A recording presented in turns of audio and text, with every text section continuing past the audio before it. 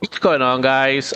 It's your boy Agent back again for another Etheria restart video. And for today, it's the usual should you summon video, because tomorrow we will be getting a new banner to summon for, and it will feature the new SSR Disorder Peacock Lady Plume.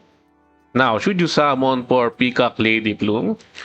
Earlier, it was already determined that she is a mass summon. Until the devs already change something, because if you're not paying attention to what's happening in Etheria restart, especially after the maintenance, because we've gotten this data after the maintenance. You can see this one in the archive. Yeah, if you go to the archive, the Animus archive here, you can already see the character here. And what makes Plume a mass summon already earlier is because of her duplicate number 2, because this one is pretty much broken earlier. Not really broken, but it gives a different perspective to what will the future will be for upcoming characters. Because if I remember correctly, I cannot find the source, but the devs stated that dupes will not really have a huge impact, something like that. It's mostly going to be some stats like this one, effect accuracy or a critical rate, effect resistance like this one. But earlier, after the maintenance, this was counter attack chance by 10%. Yeah, I have a proof of that one. I have the screenshot for that one. Here, this one. As you can see, earlier, it was like this. Counter attack rate plus 10%. Now, this one changes everything. Yeah, if this one was implemented, there will probably be a lot of outrages, especially in the official social media accounts of Etheria Restart. I don't think it's already taken down here in the... no, it's still not yet. But as you can see here, there is already a main topic here in the feedback section, stating that including a 10% counterattack in Plume's second prowess may lead to unhealthy gameplay dynamic. Yeah, it's going to be a really unhealthy for the game if they implement something like this one. And also, it's not a good look on them, because if they changes something here in the duplicates of the characters, they might make them a mass summon, a mass pool, and especially if you don't have any more summon currencies, you might want to spend into the game, and that is a very predatory practices, and it makes them a bit what do you call this,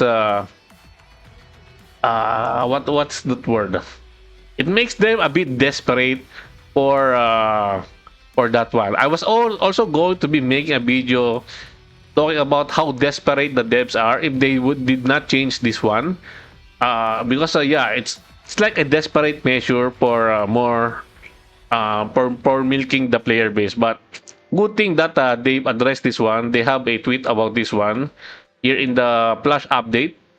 It's part of this one. So number 5 adjusted the prowess of Animus Plume.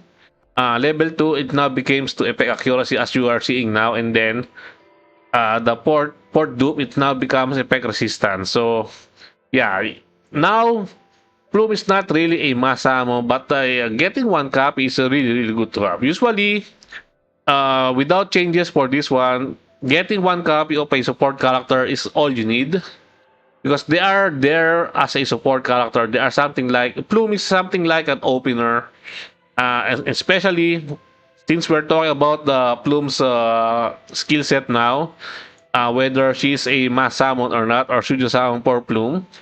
Take a look at her base speed, 129 base speed. This is the highest base speed in the game.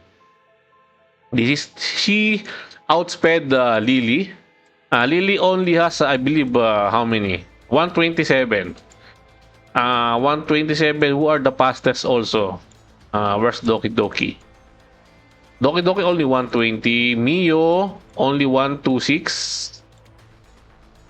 And yeah, and then Hellkid is also 127.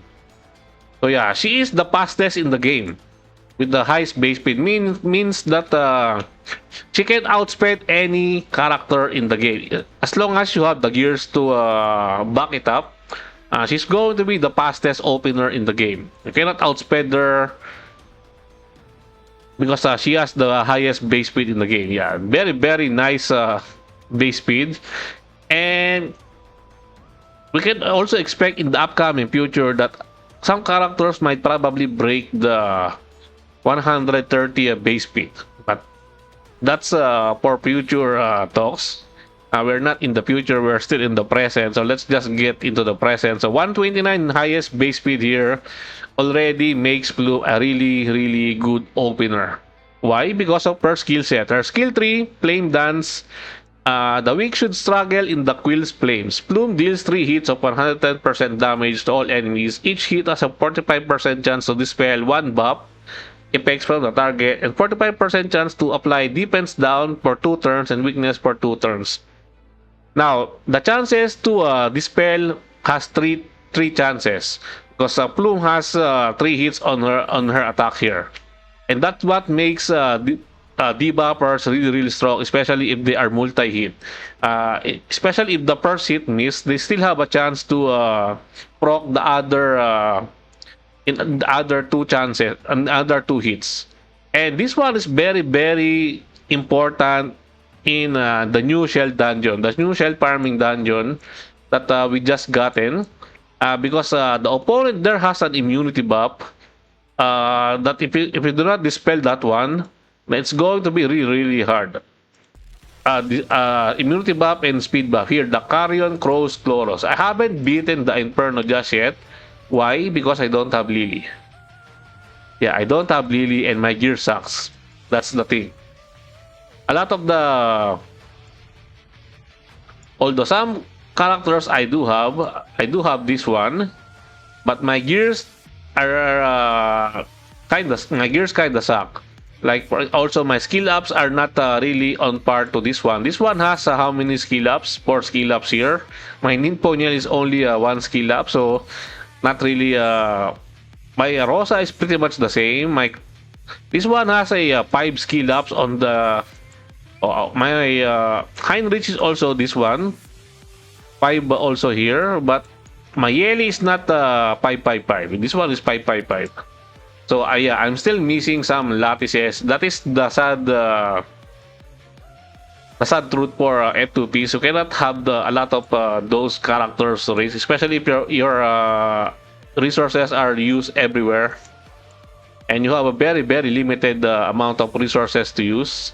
So yeah, those new shell dungeon requires a really good dispeller. That is why you're going to be seeing a lot of Heinrich or Viper there. Viper is the F2P option for what do you call this, for the dispel. So yeah, very strong, especially in that kind of dungeon, this one. And also this one is also really good for PvP. Why? Because defense break and also dispelling the immunity gears are probably irrelevant against Plume in PvP, because she's just going to be dispel them, and then she will be able to defense down and then weakness down. Makes them and then also she's probably going to be a really good addition to the Cleave team. And I am a Cleaver, so yeah, I'm going to be trying my best to summon for her, but I don't think I can get her because I have very limited amount of resources. Moving on, her skill 2, Curse Quill. The Quill. Beautiful feathers often hide danger. Whenever an animus uses an active skill or triggers a passive skill, for every 1 debuff inflicted to the enemy unit, there is a 100% chance to inflict extra 1 stack Curse Quill. So animuses except Plume can stack up to 1 times per skill. After each enemy unit actions ends, Plume increases all allies' turn meter by 8%.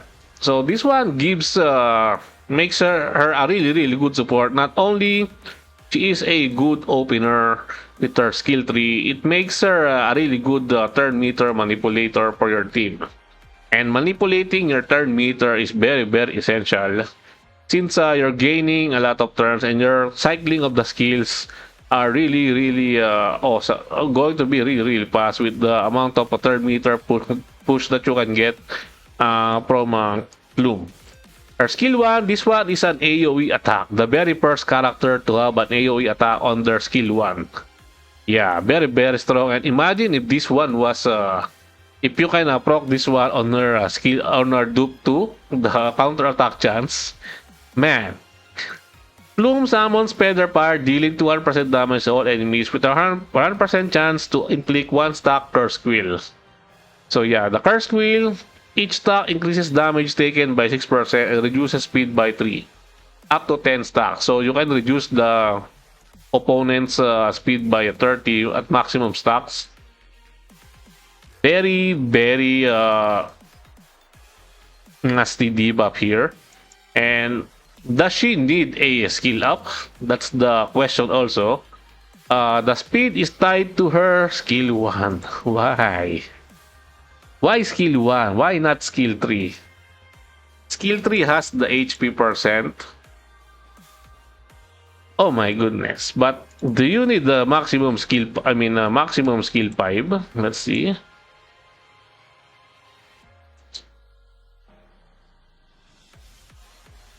You need 4 skill ups here to increase the chance of landing the defense down and the weakness down to 45%. Yeah, because you really don't need to reduce the skill cooldown by 1/3, especially if you're using something like Codex Shell. So you're able to use the skill 3 twice. But yeah, it's she's probably going to be lattice hungry also. You might need 8. You might need 8 for this one to level 4, and then the skill 1 up to level 4 also to unlock the speed passives here. You need to unlock the speed passive so that you will be able to benefit her high amount of base speed, which is 129. Which makes her the fastest character into the game. Now, back to the main topic. Should you summon for Plume?